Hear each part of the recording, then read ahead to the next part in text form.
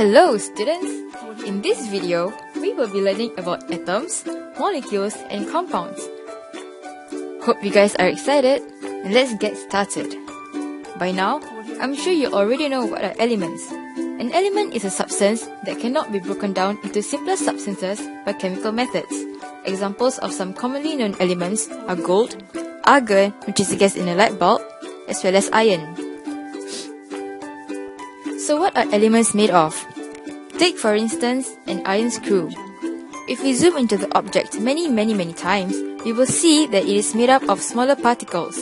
These particles are called atoms. Atoms are relatively small. Do you know that it would take 10 to the power of 15 iron atoms to completely cover a portion of the screw? An atom is the smallest unit of an element, having the properties of that element. Scientists have come together and compiled all the elements known to man in a chart called the periodic table. With so many elements existing on this planet, we wonder, are atoms of all elements of the same size? Here are some atoms that represent the relative size of a couple of different elements. We have hydrogen, carbon, iron, gold, and potassium. Atoms can be represented as small balls of different sizes. And we can see here that the smallest atom is hydrogen and the largest out of the 5 is potassium.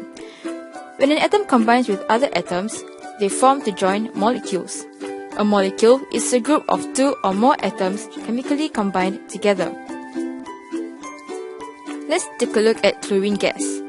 Chlorine gas contains many molecules of 2 chlorine atoms that are chemically combined together.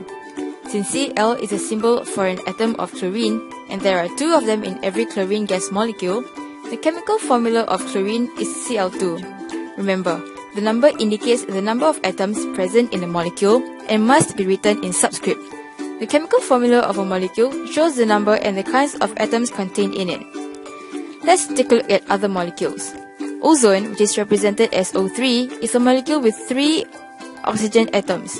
On the other hand, phosphorus, with the chemical formula of P4, contains 4 phosphorus atoms. Here is a molecule of water. A water molecule contains 2 hydrogen atoms and 1 oxygen atom. Hence, the chemical formula of water is H2O. Unlike the previous molecules we have discussed, a water molecule has more than one element. Hence, water is a compound. A compound is a substance containing 2 or more elements chemically combined together. Compounds are typically made of ions or molecules. Here are more examples of molecules of compounds.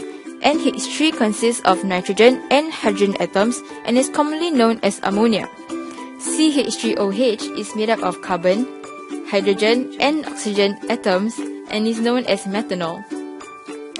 Now that we have uncovered what are atoms, molecules, and compounds, it's time to put on your thinking caps and answer some really easy questions.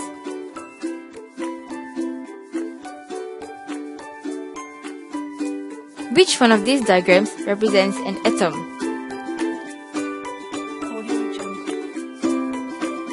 Yup, you got that right. Au is the chemical symbol for gold, commonly found in jewelry. Which of these represents a molecule of a compound?